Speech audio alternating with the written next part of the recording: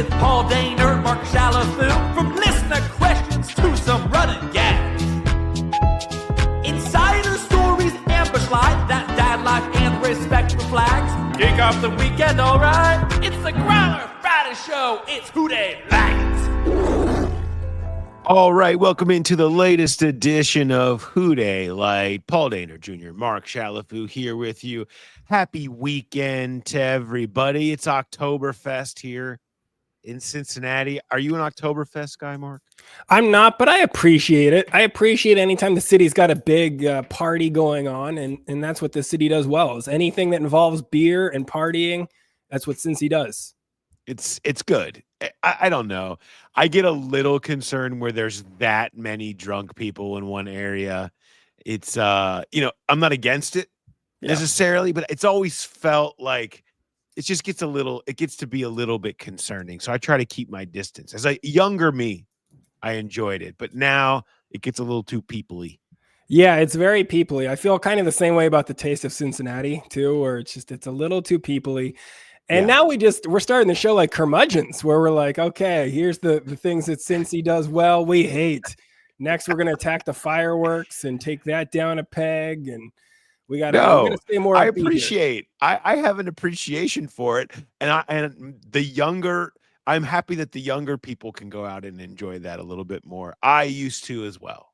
I'm old and curmudgeonly. Do you not have an Oktoberfest flag? What's flying today? I do not. I still have my Ohio University flag flying from last weekend's game against Ohio State. They kind of left it up there. I didn't want it to look like, I didn't want to have to do the depressing pulling it down, sadly, thinking about the loss. But I thought they represented themselves well, so I gave it an extra week for how they hung in there against Ohio State. They covered the bet that I made on my BetMGM app, and because it was 29.5, so that half point really saved me. It really did. It really did. An excellent cover by the Bobs. That's all that matters. They weren't going to win, just cover. No. That's right. Yep. We've got a lot to get to here today. Look, everybody, let's have some real talk. It's been a rough week for the Bengals fans. I recognize that. We're going to try to be light here. We're not going to lean into the darkness. We're going to be informative. But we went through the rundown before we started, and we're like, let's get rid of a bunch of these. So thank you to everybody that has sent in questions. I understand your feelings. We have done our best to address them. There is a lot of content on the feed right now addressing all of your questions and many of the darkest corners of being a Bengals fan right now. You can listen to Rewatch. You can listen to PD and J with myself and Mo, where Mo literally was trying to take mood lift pills just to get through the segment. Okay. They didn't work, by the way. And then you have, I have an hour preview that is up right now with a 10-minute conversation with Andrew Whitworth. That was just outstanding. Talking about offensive line play and Burrow and the Bengals, Alec Lewis from the Vikings, Jay and I talking about predictions for this weekend. All of that stuff is there. We're going to try to lighten it up a smidge. Like that's what we're going to try to do here. And I believe, Mark, that we can accomplish that. Listen, I appreciate all the questions that we got sent to us at the Growler Podcast at gmail.com. But, we have plenty of time to go Who Dey Dark if that's the way this season goes. But still, the team's 2-0. Jake Browning looked good in 3 quarters. So let's try and keep it as positive as we can for the people. So the ones that there are definitely some people that are teetering on the edge right now, and we appreciate their questions. We might get to them in future weeks. We'll see how it goes. Yeah, it's a very teetery situation. There's everyone. The egos are everybody's fragile right now. Everybody's a little fragile and vulnerable, but we're going to try to be very careful with your feelings in today's episode. We're going to get to as much of that stuff as we can. Do want to remind you, there's nothing that's sad or dark about our live shows. They are a blast. We had a blast the last one. We had the most intense Jenga game ever. We had the prize wheel was spinning on repeat. We gave away Graders shippers thanks to our great friends at Graders. We gave away a bunch of Growl Pal shirts and hats. We got a orange Growl Pal shirt for someone who was trying to go to the game in a white Vontaze Burfict jersey. She was a wild card for sure. She was a wild card, but we picked a bride who was having a great morning. She was. was happy to come in and have a little bit of a party in the middle of the show. So you never know what you are going to see. So come to our next show. It is on the 5th before the Detroit game, which is not getting deflexed or anything. And it's still a very expensive ticket if you're trying to go. It is It'll be a good time. Our show will be out. at noon. That game will kick in the 4:00 window. So come down. We'll be there for an hour. We're giving away tickets to the Steelers Thursday night game, so you can win those. We're coming up with how we want to give those away. We're going to come up with something fun. So we hope to see you guys down there. I can tell you what it's not going to be. It's not going to be a Joe Burrow lookalike contest. That idea has been shot. So that's gone. But, it was fun. We had a good time down there. So come to the next one. We roasted the Jags on the last show. So, we'll do that again with the Lions. I'll have some good jokes about them. Hopefully we're still some good vibes in a few we'll weeks. See. Yes. We will see how the vibes are. It's going to depend on what happens in the next few weeks. Mark, what's your favorite story of the week this week? Well, I'm trying to stay positive because I know so many people are ready to jump off the ledge right now. I will say that, watching that game unfold, there was one part of it that really made me feel like, okay, maybe the NFL is scripted. And that's when Jake Browning leads this great comeback. And then suddenly somebody in the algorithms just activate the girlfriend. And all of a sudden you just see, all of her videos and stuff are all in people's feeds again after not thinking about her for so long. It just happens so quickly. I'm like, this had to be planned. It doesn't make any sense that this was just all ready to go. And now it's just in all over our feeds again. It made no sense. But if it was scripted, then it sort of checks out a little bit more. But so here's where I'm at this week too, right? So I'm all in on Jake Browning. He put up points against a decent defense. They've got weapons around him still. I feel a little bit bad for those guys that came here, some of those weapons that came here hoping to play with Joe Burrow and get paid the way that he gets tight ends paid. And, Dalton Reisner wanted to block for Joe Burrow. Probably should have blocked for Joe Burrow a little bit more. Maybe he wouldn't have been hit as much. But they've got some momentum. I'm still a little bit concerned with the backup quarterback situation. And I've become one of these guys that wants to bring in like a Jameis Winston or something like that. They traded a pick last year for a backup running back. So why can't we have a fun backup quarterback this year for Jake Browning? Oh, Jameis. It'd be that amazing. Would be good for you. Oh, my God. Jameis is out here. You can already feel he's going to be the next budding media star. I mean, his stuff at the Super Bowl was incredible. If you caught any of that, he's just ridiculous. And he would be, in terms of entertainment value for your quarterback, he's putting butts in the seats because you're going to want to watch him throw for 400 yards and 4 interceptions. It's going to be great. What would he cost? I don't know. How much can it really cost? I mean, he's like a third. They have 3 quarterbacks over there. They're trying to play Jackson Dart. So I don't, I think he wants to be in New York because he's thinking about the media market. So he probably doesn't want to go anywhere. But we should show him the long line of media stars that have come out of the Cincinnati Bengals. There's plenty of them. Fitz, Witt, Collinsworth, Ocho's got a show. Like everybody, there's plenty of history of media people ending up coming out of the Cincinnati Bengals organization. Bring them here. So great for us. It would be incredible for us. We could get a little Jameis time. Yeah, it would be such a great quote. First of all, also he could have a media career here. Podcasting is the next big thing. I know a great podcast network where he could have a post-career podcast. Jameis would be a great spot for us. I agree. Yeah, he would have a real great career. He'd be bigger than the Kelseys if he came here. So maybe that's the selling point for the team that bring here and just become a media superstar. Yeah. But do you think that they'll do anything of that level? Do you think that the team will bring in? No, I think what they've done is the level that's that it?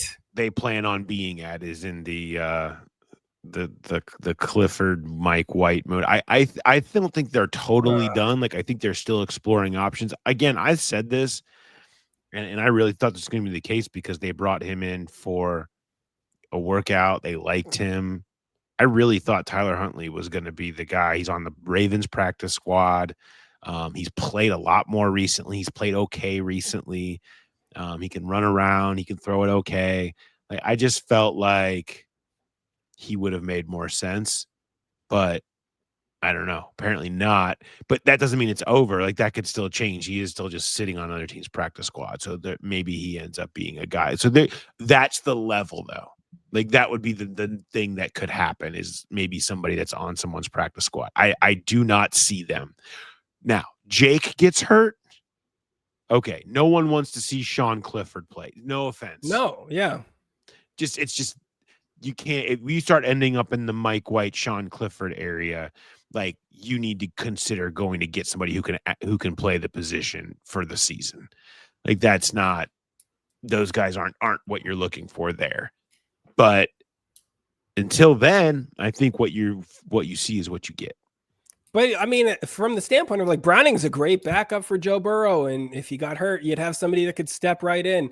Browning needs that. Why can't we have that with like burn a 7th round pick or whatever it would take to get Jameis here? What are we going to do with a 7th round pick versus having a quarterback that could step in an emergency and still light it up and be a great quote?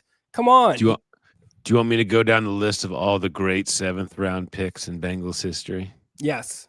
I know Matt Lehive is standing up like, I've got one. You're right. I guess Dejon Anthony. Lehive is always waiting around the corner. Projected starter. Yeah, they are. You know what? I hope Matt Lee turns into the player that I've read about because I've read some big things about him on Twitter, and I can't wait for that Matt Lee to show up in the league because he'll be a difference maker. Absolutely. I mean, a star. And he's a very nice guy, and he might be fine. I always get, the 7th round. It goes for me. It goes back to, this is real old school. You go back to Westerman Hive. Those that like when Christian Westerman was like, we have solved the offensive line problem. And Westerman Hive was out there, man. Like they were for years just doing the Lord's work out there, trying to push the Westerman thing into reality. And then it never quite took off. Well, at this point, I'll take anybody that's going to block for the quarterback and keep him healthy, so I don't have to see any of these new guys they picked up for the practice squad. And yeah, you don't want to see that from Jake Browning. What's your favorite story this week? I think we have a season motto, and no one's talking about it, and I'm going to change that. Jake Browning. First of all, Jake's great. It is a lot of deja vu going, like just being taken directly back to 2023. Hearing, just talking to Jake and knowing he's a very comfortable person. Like he's super nice. He's the everyman. Like Burrow has this aura and this presence about him everywhere he goes. It's a thing, right? There's more to Joe Burrow than just one person walking in the room when he walks in. You can feel that. Everybody feels that. Jake just feels like your buddy's here, right? Like it's just great. And that's why I love, he's very real. He's funny. He's just kind of like, I don't know. I'm the quarterback now. So I'm doing it, and I'm going to keep doing it. And I think I'm great. And I dare anyone to prove me otherwise. Like you love everything about Jake. He's a very much the everyman. He said, you got to be a little delusional. He was speaking about to go out there and rip it when you've thrown 3 interceptions and just go lead a team 12 plays, 92 yards for the game-winning touchdown. He's also kind of talking about what I think this season is. And I think how Bengals fans should be viewing this season. Be delusional. I've already messaged our guy Josh at Cincy shirt. I was like, this is the shirt. Like, this is the shirt. This is the motto for the season at this point. If you're in that room, if you're in the Bengals locker room and you're on that team, be delusional. Let them count us out. We're call us delusional. We believe that Jake can lead us and that we can go win and none of this, no Joe Burrow stuff matters. We're going to be delusional and we're going to go do it. And I love that line. I think it's great. And I think print the shirts, print the posters, put them on the wall. Give me whatever you want to, wherever you want to put your mottos. Take down fat, right? Finally, yes. You can take that one down and replace it with be delusional. Yeah, I like that. Because being delusional is fun. Yes. Why not do something that's fun? The team's 2-0, and if it does start to suck, well, then deal with it then. But until then, you can be like, so what? I was delusional. You can get rid of all responsibilities if you just claim that. Look, that's what I was. I was delusional. So you can't hold me to anything. Do you think that, all right, so like, Jake said that talking about stepping in as quarterback, and do you think that the vibes are also like that in the locker room? Are guys fully on board with like hey, this season can still be something? Or do you think there's some dudes that are like freaking out because Burrow is done? To us, And certainly the way they seem to be carrying themselves, it feels like they still believe. I'm sure when they sit on their couch with their wives or girlfriends or playing video games with their buddies, they're like, yeah, man, we might be in trouble without Joe. But that changes when you go win a couple. Yeah. Like it really does. Like this, I don't. Jake can be the guy that can go out there and win plenty of games. He's done it before. They're 2-0 already, and there's no reason to believe that with some of the weapons that they have around them on offense that they can't still be very good. And this is what cracks me up. This is like the ultimate. This was the ultimate week for the standard fan cycle that fans do. Like you go from the depths of hatred of everything sucks, I hate this team, fire everyone, on like Sunday night, Monday morning. By the time you've like talked through it all and listened to your pods and get yourself, you've gotten into the group chat, and then you start thinking about the next week, and you're like, I think we can win this one, right? And then I can see it. And you know what? They're going to start running under center, play action. They're going to do all these different things. You don't even need Burrow anymore. I just love how it always evolves to the point where you're totally sold on the team by the time you reach to the next Sunday. It's the addiction of the NFL. They've created the heroin in the perfect way. It's just by the time you get a little bit of the last one out of your system, you just have already convinced yourself, you know what, the next trip's going to be better. Like I'm telling you, I really feel good about it. And this week, even despite Joe Burrow being out for a minimum of 3 months, you still can see it. You can still see it and hear it all around. It's like, I think this is going to be okay. I do like that analogy because heroin does feel like what it feels like to be a sports fan sometimes, because it can be the best thing ever, and then it can also ruin your entire life and make your family hate you. So I see the comparison there. I don't want to talk any more about heroin though. I'm sorry we went there. We are an anti-heroin podcast. That's our official stance. Official stance. We are the most popular anti-heroin podcast in North America. Everyone else is afraid to go there except for us. One note as we get into just like a couple notes that we didn't get into on the prediction show and stuff like that. Keep an eye on the injury report on Friday afternoon when that comes out. We had the dreaded Thursday limited hamstring that showed up on DJ Turner. Cam Taylor-Britt already not practicing. He appeared to have hurt his hamstring on Wednesday. It looks like DJ Turner hurt his hamstring on Thursday. So you're looking at Dax Hill, Josh Newton, Marco Wilson, and then you're into the DJ Ivy world. So just know that Justin Jefferson is going to have interest in that lineup without question. Yeah, that's not great. Maybe we should just cancel practice if guys keep getting hurt like this. Yeah, this is what I remember. This was, remember last year, it was like, I remember us saying, what is happening in these Thursday practices? So someone was getting hurt. Yeah, they're going too hard. Stop practicing so hard. Nobody wants that. Yeah. Save it. I mean, and I already had some concerns with the defense the way it was. So like you kind of need them as healthy as they can be. And I also low key, I mean, obviously Joe Burrow, his injury, that's going to be the big focus all week. Kind of bummed about the Shamar Stewart injury because I feel like he could have had a little bit more progress. That sets him back. I don't know if he's missing a game or 2 games, whatever it's going to be. I kind of wanted to see him continue to flourish, but I guess your guy Myles Murphy will get his shot now, get some more snaps. You got to play him. You got to play him. This is it. It doesn't matter how you get the opportunity as long as you take advantage of it. Okay. Yep. Now Myles is going to step right in. Step right in. 3 sacks of Carson Wentz for Myles Murphy. I would love to see it.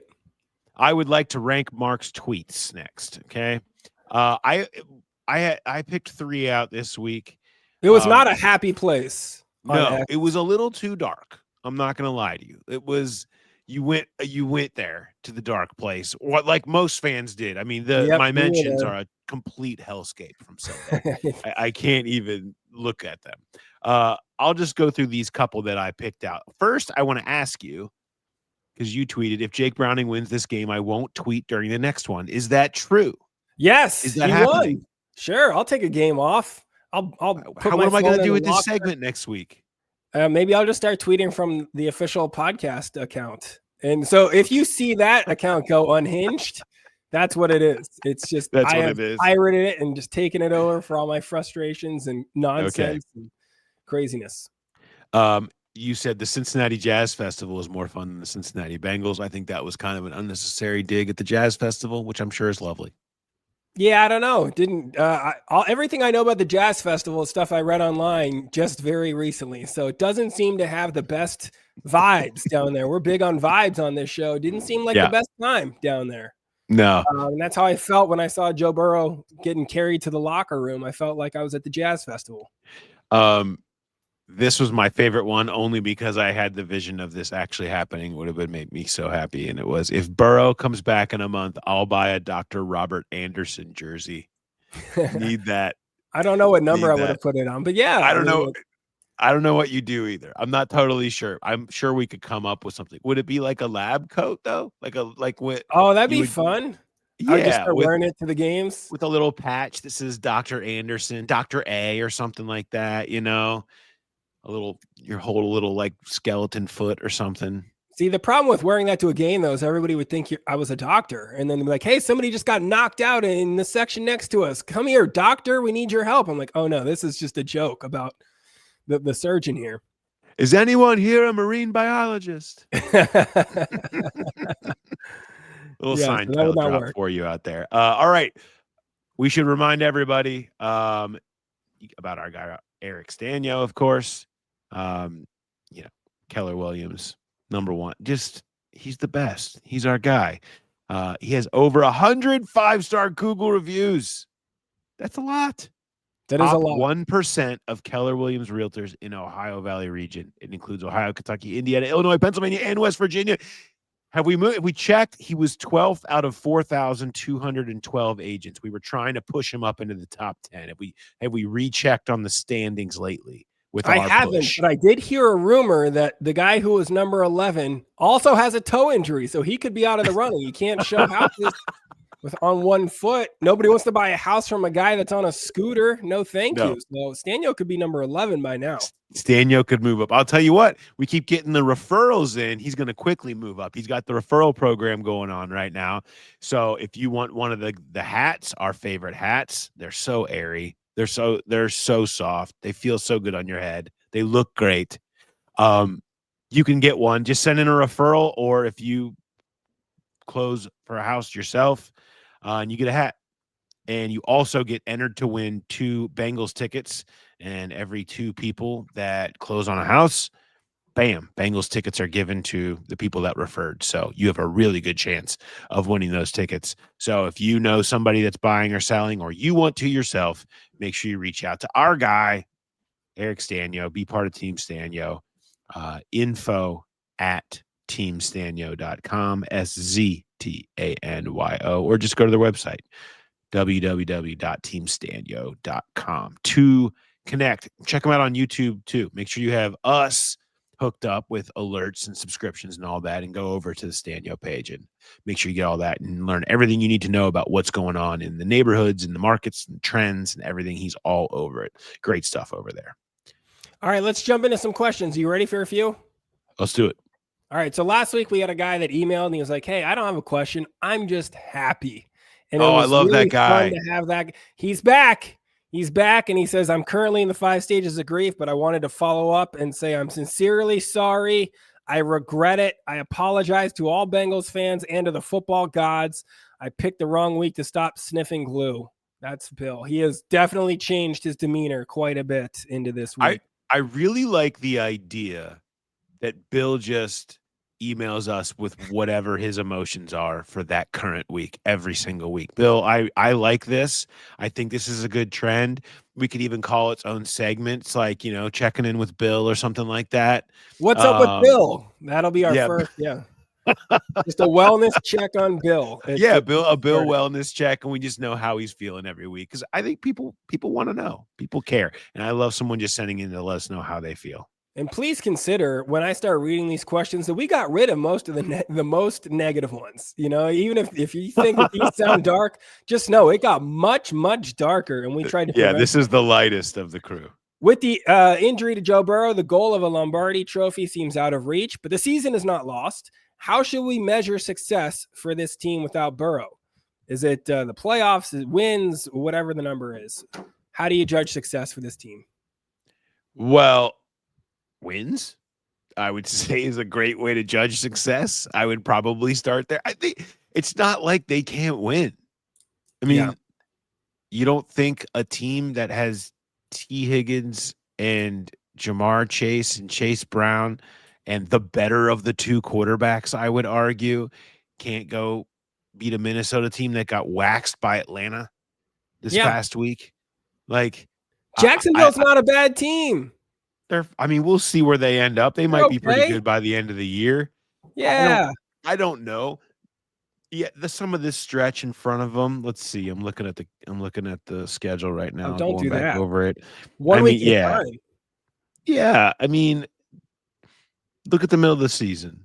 Pittsburgh on the short week, you should be able to win that game. Their defense is 100 years old.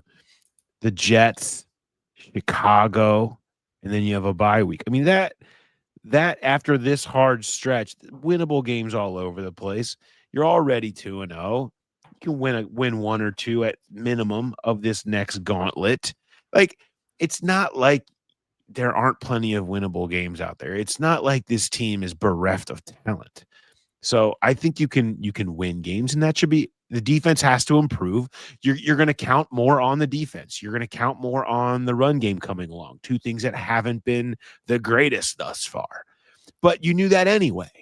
And you're going to hope that Jake continues to develop and get better as well the more reps that he gets, or just plays at the level he did. And the guy seems to be kind of a winner. He's done a lot of that. Like, he's found a way to win in big moments. He's a pretty calm guy in these tense situations. And so maybe that can be something that gets you there. Certainly winning Sunday would help. But I think this team can make the playoffs. I don't think that's crazy to say. I think it's doable. Is it likely? I don't know if it's like. I think it's more delusional. It is be delusional. I would say even the idea of the Bengals making the playoffs is not totally delusional. All right, so now we're talking Lombardi Trophy again. If we really want to, I do think the Super Bowl is definitely delusional. off the table. Yes, the Super Bowl is off the table unless Joe Burrow does come back healthy. Yeah, we can't write that off. Who knows? Maybe he'll be the only one. I mean, I don't even like talking about that because there's so many variables to all of it in terms of him actually being good enough to go, Browning actually leading them to enough wins, having the conversation about when or where that happens or how let's just not right now. There's no sense in the hypotheticals. It's just more fun to keep that possibility open, that he does come back heroically right when they need him the most. But until then, I'm just taking it 1 week at a time. So, this next question's from Scott. He says, again, very positive here. He's a longtime listener from your days at UC to listening to the premiere podcast. Wow. He was traveling last year in Japan. He says, last week was Who Dey night, but what about a Who Dey dark question? What kind of season will it take to fire the coaches and the GM? This is the light. Excuse of Burrow's injury be the scapegoat of a 5-12 season. So what's it going to take to get the coaching staff fired? That is our lighthearted question. We've kind of answered this in different times, and I do think it's okay to refresh this. We do hear this a lot.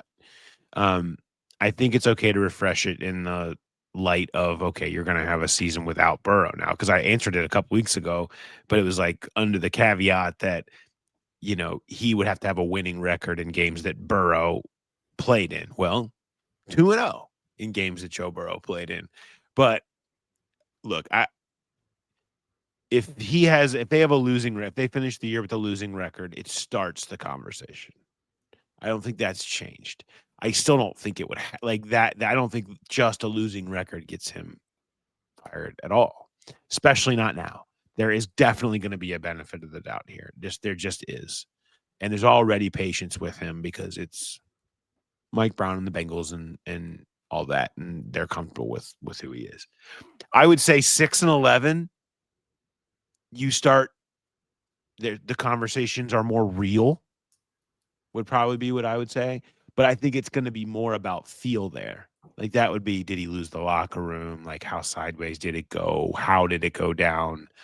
There's a lot of variables to the way you end up in that place. But I would say if that's the final record, I think there's realistic conversations that are happening. Anything above that, I don't, considering you're doing it without Joe, I doubt it.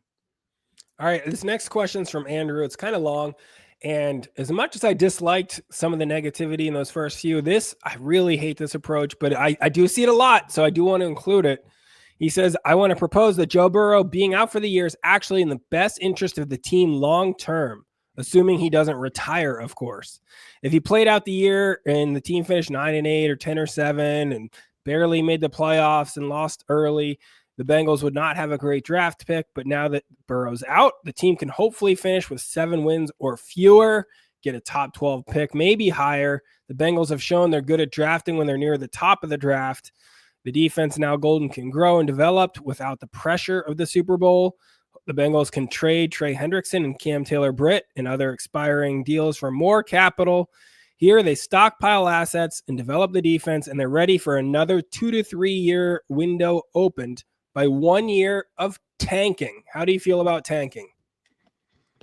I hate this take. Yeah, it's a bad take. You're 2-0. You're 2-0.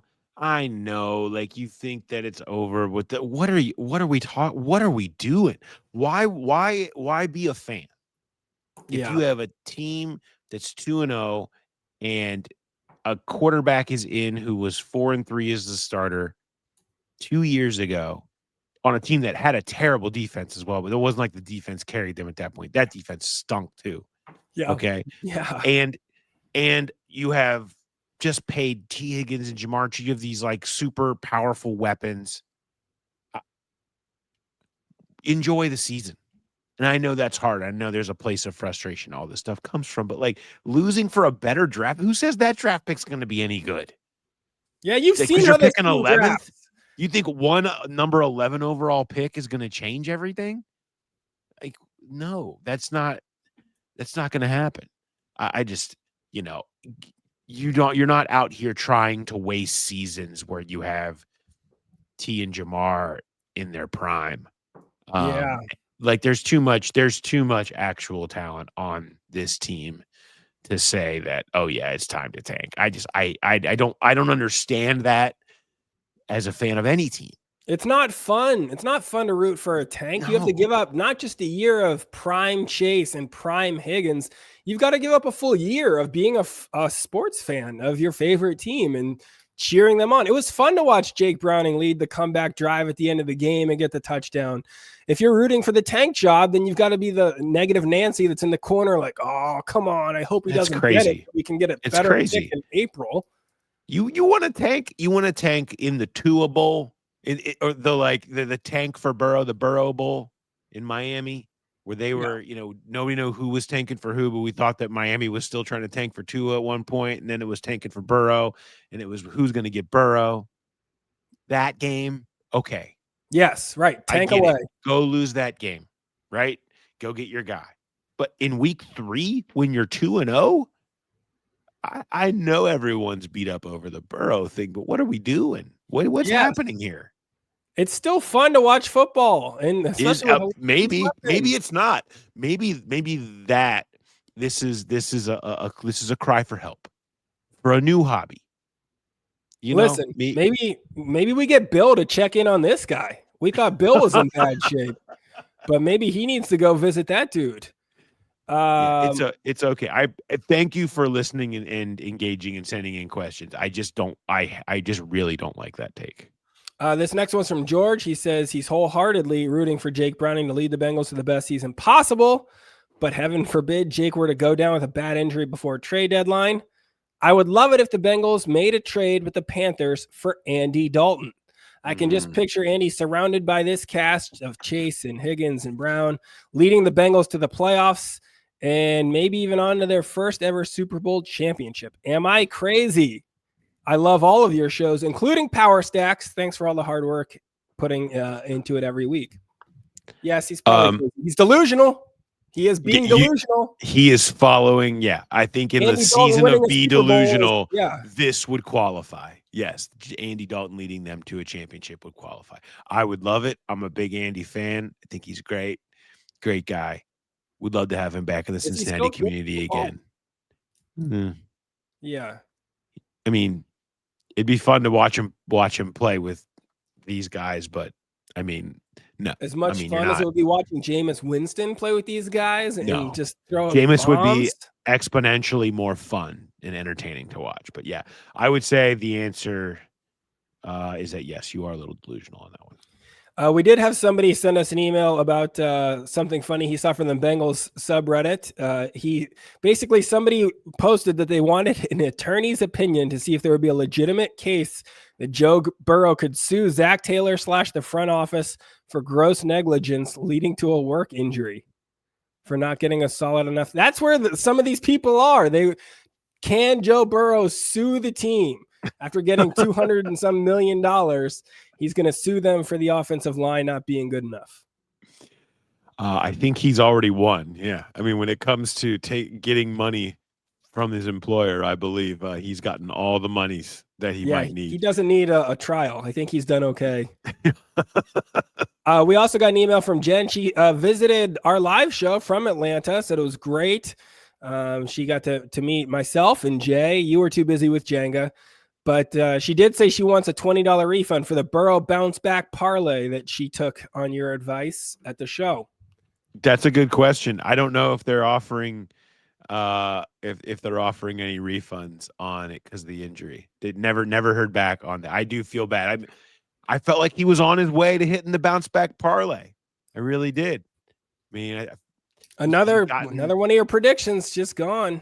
Like you were the only one that thought that too. Like I tweeted that before our live show. Everyone thought the Burrow bounce back was coming. I know. Well, I mean, he'd already gotten the one touchdown pass. He was racking up his yards. We were on our way. No, so I do think that's a good point, though. Anybody that did place that bet, you can maybe we'll give you a free spin of the prize wheel at our next live show if you come out with your betting slip. Yeah, Jen can definitely come down and get a free spin on the prize wheel. It's worth it. Driving up from Atlanta again, even if you're not going to the game, you might win a Sztanyo hat. That's worth the gas money. A couple of questions about if the injury to Joe Burrow would have been less severe if the field was grass. Some people want to blame the turf. And they want to know that if you do end up talking to a doctor, if you could ask them if that's just more specific to turf. I did ask the doctor who I always go to for all of these types of things, and I've been conversing with her a bunch this week over the Burrow toe thing and asked that specifically. And she was like, yeah, well, yes, there is a inherently higher probability of this injury happening on turf generally, but it's not the reason why it happened. It's like an increased probability, but you're not talking about like, oh, that never happens on grass or anything like that. That's not the case. It even has stuff to do with the cleats. And so it's one of those things where, yeah, the turf didn't help matters, but I don't know that it's the cause. And there's a reason why these teams practice on grass and then they have to go play on turf because it's easier on everyone to play on the grass, but they need the turf in order for everyone to make the monies. And so that's why half the teams in the league essentially have turf fields. So there's a reason for that. And it's only going to be more as we get more of these indoor meccas that are becoming, these playgrounds for the filthy rich to build these entertainment districts and have all these big events in there. Well, a lot of them can only do it with turf fields. Some of them have the, like Arizona has the slider that goes in and out with the grass, and some of them have found ways. Vegas has that, have found ways to get natural grass in there, but most of them are still going to be turf that's only growing. Next question. He says, "Love the show. You guys are the best, and I'm hopeful that you and Mark will keep us sane all during the season."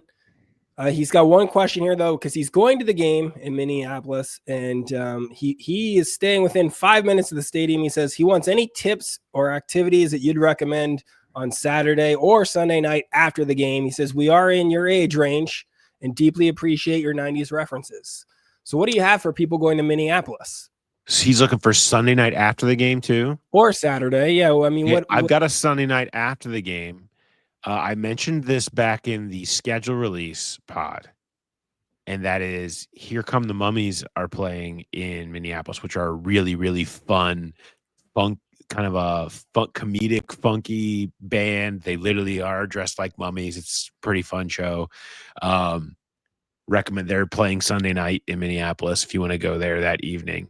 Go to there's a bunch of different breweries. Inbound Brewery is over by Target Field. There is a Saturday, there is a day-night doubleheader. Twins Guards is happening. So if you want to, you can get in for like $10 because the Twins are 66 and 86 or something. But they're playing a game at like 1 and then a game at 7, I think.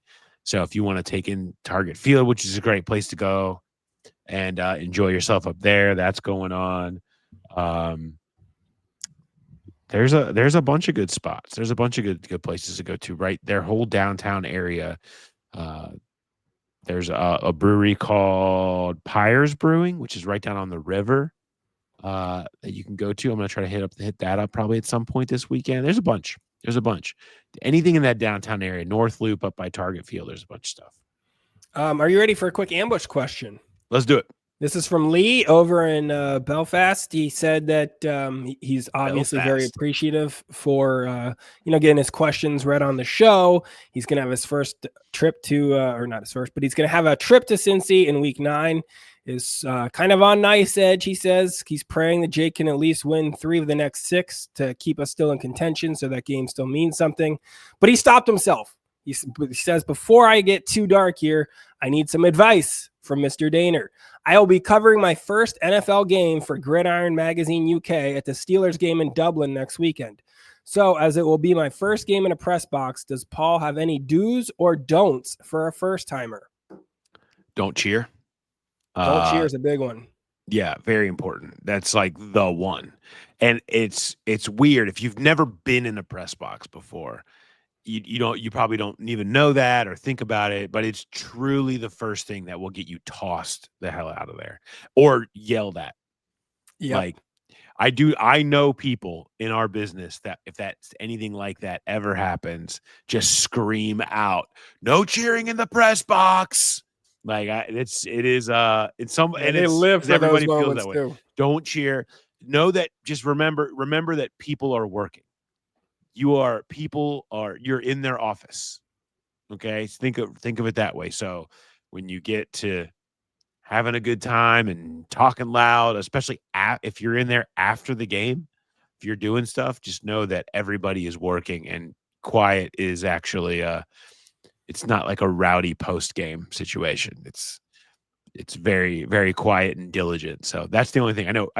This is why people are like, yeah, you know what? Maybe I'll just stay a fan and stay out in the stands, because this doesn't sound very fun. But the part after the game is not very fun. But yeah, there is no cheering in the press box. That'd be my one piece of advice. I mean, I worked in sports media a few years out of college, and that was the same feeling that I had. Like, it was cool to travel and cover games where you had no rooting interest, but it's a lot harder to cover a team that you actually liked. So it's not fun to go to a game and not be able to drink a beer or cheer after a cool touchdown and stuff. It's a little bit more stuffy in that press box, a little bit more boring if I go quite that far. But it's different. It's different. How about that? I don't find it boring because it's your job. Sure. I love our beat. Like, I have so many good friends that we go all cover the team together, and we have a lot of fun watching the game, whether it's just doing jokes or whatever, and just laughing about all the stuff that you do, and any people that you go sit and watch games with. So I enjoy it that way. And I don't know. I can't think of the last time I was like at a football game and in the like stands as a fan, like a pro football game. I mean, it's been so I don't even know what that I don't even remember what that experience is quite like. A lot of fist fights. That's what it's like. But good luck to you, Lee. I look forward to reading your coverage of that game. Hopefully, Yes. maybe it's a future for him. He can be the guy over there doing all the local games there. What was the Growler bet this week? The Growler bet this week is based on Bengals penalty yards. Do you know why, Mark? No, why? Because the referee for Sunday's game is the evil Ron Torbert. That's right. Just The when you thought it couldn't get return. any worse. It really is quite unbelievable. I'm not going to lie. It's quite unbelievable that the week that Joe Burrow hurts his toe and is out for 3 months, the NFL is like, oh, yeah, don't you guys absolutely despise Ron Torbert? Yeah, Sunday. See you there. And you're telling me it's not scripted. That one feels a touch scripted. It sure does. Activate the Torbert. Send in the Torbert. Send in the See how Torbert. much they can tolerate. So to the Growler podcast at gmail.com, send in penalty yards assessed to the Bengals on Sunday and free drinks at our next live show or one of our live shows this year. Could be yours. Growl Pal Spotlight. Who are we featuring this week? I want to give a shout out to our good friends at Glenville Ave. They have been a very proud sponsor over on Power Stacks for almost this entire season. They are fantastic. They create they have these giant baby blankets, but they're not just like a standard they're meant to be like heirloom keepsakes for generations. They're not just softer, they're safer. They have the global organic textile standards certified, hypoallergenic, dyed with skin safe colors. They're just like built to absolutely last. Double stitched, reinforced corners. They're awesome looking. Like you put your baby over like the 1, the 2 you watch. You everybody does this, right? But you have the ones that truly like can be passed down from generations. They're super soft. It's the next level. They make these. They reached out to us they loved Power Stacks like so many of you have and do, and wanted to be part of it. And I just am thankful for them and the product that they put out, and they've been supportive of us. So we want to make sure they're supportive of us. So my shout out is to them. If you want to check out their stuff, go to GlenvilleAveLLC.com. That's Glenville AVELLC.com. Use the promo code STACKS too. It was 10%, and they had so many of you guys of our listeners that were going. They upped it. And they're like, it's now up to 15% discount on the promo code. We use Stacks there for your first order. So go there, check them out. They've been great to us, and we really appreciate them. So I have some love for them. There's been a lot of good content out there on our channel lately. Even this week, the stuff with Pitcher earlier this week was awesome. PD&J was jam-packed. The prediction show, like there's so much good quality content that we're all putting out here. And the biggest reason we're able to do it is because people are supporting our advertisers. So help out the people in our Growl Pal network and throw your business their way. Check out their website, see what they're doing, all that kind of stuff. Can't recommend it enough because that helps out all of us. So, definitely take care of those people too. Yeah, the more stuff you guys do to help them out, the bigger things that we can do on the show and do more shows and do more cool stuff. So we certainly appreciate you guys have been awesome in that regard. So appreciate it a lot.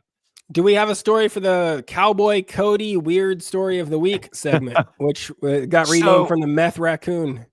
Yeah, I mean, it really should be named after Cowboy Cody, who is a favorite around here. So I have one. I have to say, I have a favorite. I watch the local news. I watch a lot of our good friends over at Fox 19. I'm obviously big fans of their sports department, Joe and Jeremy, and you've heard them on our show a bunch. But I also love the 10:30 to 11 o'clock block. And Jeremy has said they do call it the PDJ block because they know how much I love it. It's when like they've just kind of got some time to fill. And so any weird thing they can put in there and it's under the header of, have you seen this? Right. And then they'll talk about something weird. And you never know what it's going to be. Well, a absolute beauty showed up the other day. And it said, you know, it was a teaser. It said, coming up next, livestock stabbing. What? What does that mean? What do you mean livestock stabbing? And then apparently somewhere at a county fair, the Kern County Fair in California, this is kind of dark. There was a brutal attack on a pig, a like 225-pound pig That's some pig. Just sleeping in some barn, and somebody went in and just like stabbed it like 13 times or something like that. That's crazy. They said this was a quote, this pig was 223 pounds. They're very strong. They're fighters. They don't die easily. I can guarantee you this pig fought until he couldn't fight anymore. They had to put it down. Then there was like a grainy ring cam of like somebody weirdly sneaking in. Who's doing this? They haven't caught the guy? The pig stabber is still out there? He's out on the loose hunting other pigs. Gosh. I don't know. Why do we think this happened? Protect your livestock, people. Clearly that these two had beef, right? Like they definitely have. There's some backstory to this. Nobody just crazily stabs a random pig. They definitely have some history that we need to look into. Maybe that pig was hooking up with his wife or girlfriend or something like that. Yeah, somebody got into some bacon they shouldn't have. It's probably what it came down to. You know, it's really tough to ask the pig's friends and family for tips and clues. So some grainy surveillance footage is all we have to go off of. We'll see. Maybe this happens again. Maybe it's a serial pig stabber and it's going to happen slowly moving his way across the country, and it'll be a killer Netflix documentary someday. I have to tell you this. So my first job, and I apologize if anybody's heard me tell this story. It's one that I've told so much I don't know where I've said it anymore. But it was my first job. It was in the middle of rural Arkansas. And when I first moved there, just trying to kind of learn about where I was living now.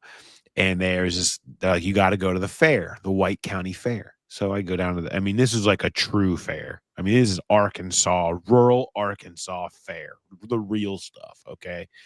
And so I get down there and I'm just kind of walking around, and it's quite a show. But then I see this huge line. I'm like, what's going on over here? I'm like, that's the pig. What do you mean that's the pig? They're like, there's this huge fat pig that they have laying over there, and you pay $1 and you get to go see it. Like, what do you mean you get to pay? Like, why would I pay $1 to see a pig? They're like, you will. So I go over there, and they have the pig behind a like tarp, so you can't see it. Like, no one can see it. It's blocked in. And then the line goes in behind where you can see it. And so when you're in the line, you just get to see people's reactions to looking at this fat pig. Okay. So everybody that goes through goes, oh, it's so huge. Oh my God. Right. And you're like, geez, take $5. I want to see this pig. I need to see this pig now. This reaction. And then you go and do it. And those people want to go in, and it just keeps cycling.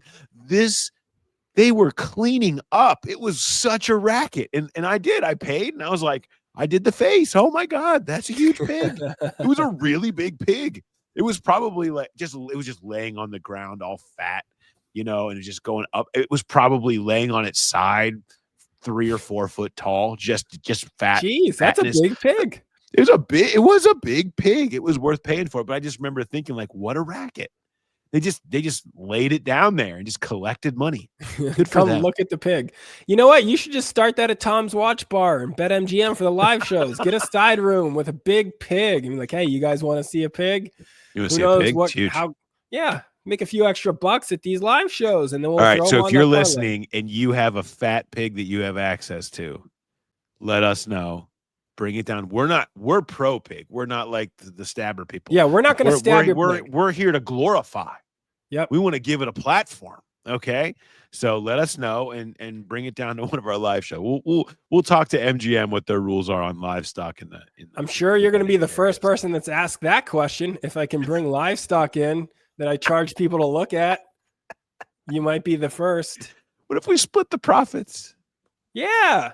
Everyone that has to see the pig also has to do the parlay. How about that? Yeah. It's good for the business, good for the pig, good for the community. The pig and parlay. I love it. Yeah. Porkopolis. Here we come. Quick stand-up plug before we start to wrap up the end of the show. Yep. I will be in Las Vegas this next week. I know we have a couple of Growl Pals coming out. So all right. If you live in that area or you're going to be partying in Vegas next week, September 22nd through 28th. This is a big one, October 9th through 12th. I'm headlining Go Bananas in Cincinnati. So if you're a Growl Pal, you want to come out to that, we might need some laughs at that point in the season. I'm also coming down to Owensboro, Kentucky, October 17th. That's a big one if you live in that Evansville area. October 18th in the Dayton, Miamisburg area, October 27th to Nashville. And I just added this December 12th. I'll be headlining in Louisville, Kentucky at Planet of the Tape. So Kentucky Growl Pals, put that on your calendar and come out to a show there. And then later this year, I'm coming to Fort Wayne and Cleveland and Omaha. All my dates on markshalafu.com. Where are you playing in Vegas again? I'm at Brad Garrett's Comedy Club in the MGM Grand. Nice. 7 days. That's probably too long to be in Vegas. So who knows what I'll be like after that. Will I be checking in with you from the MGM Grand at some point here? From the signature towers in the MGM. Yep. Maybe I'll just do it from the casino floor, just at the blackjack table. I fully support this. I'm sure the dealer would love it as we're talking about pig stabbings and stuff. Yeah. I would really ask them if you mind if it's okay to bring some livestock into their casino. See what they say. If I just start asking everyone that works there, where can I see the pig? I've got $1. Where's the pig? You got some, what's your dad like? Oh, so, my daughter does gymnastics and we had a family party and my wife's uncle just out of nowhere came up to us and was like, hey, maybe you could be the next Livy Dunn. And it's like, how do you know who Livy Dunn is? Like, that's a weird reference for some old dude in his late 60s to pull. I mean, there's what point in your life do you become such a big fan of collegiate gymnastics? Also, if you're trying to inspire a young female athlete, pick an Olympian. That's the easiest thing. They're right there. Choose the person from the Wheaties box, not the person from the Sports Illustrated swimsuit edition. Very weird. Yeah. Maybe he's a big Viore guy. That's it. He loves commercials. He's a big fan. Yeah. It's just such a weird reference point. Yeah. That's all I can come up with. And I know social media is very fragmented and everything, but it's not something I ever expected to see cracking the algorithm of an old white guy. Yeah, loves Paul Skeens. That's it. He's very interested in players' girlfriends. Yeah. Activate the girlfriend. Yep. Activate the girlfriend. Mine this week is, so it's very rare to me that you get any real advancements in the fast food community that are worth speaking about. I'm not like a huge fast food guy, but I'm always kind of like looking for treats places you can stop whenever you're just trying, but that aren't the same, like going to, our good friends at Graders or any of the standard places you go to, just to shake it up and do something a little different. Well, on the way between soccer and our house, there's a Wendy's, and I'm like, what if we stopped at Wendy's and I get you a Frosties? Okay, but they've been kind of like unenthused by the Frosties. Yeah. Well, as I pulled up, I discovered something new. Are you aware of the Frosty Fusion? No. Have you heard of this? Fusion? Oh my. They have done this thing at Wendy's where they now take with the chocolate Frosty and they put Oreos and brownie bits crushed up inside of the chocolate Frosty, and like a lot of them. Nice. It is super chocolatey. It like soaks in to the Frosty. then you get the standard Frosty spoon and all of that stuff. It is. I gave it my youngest is obsessed with chocolate. Like she can't ever have enough. And I just heard no words for the entire drive home, and to just turn around, it's empty, and she's just sitting there with her eyes wide open of just pure, like, does not know what to say, just unadulterated joy.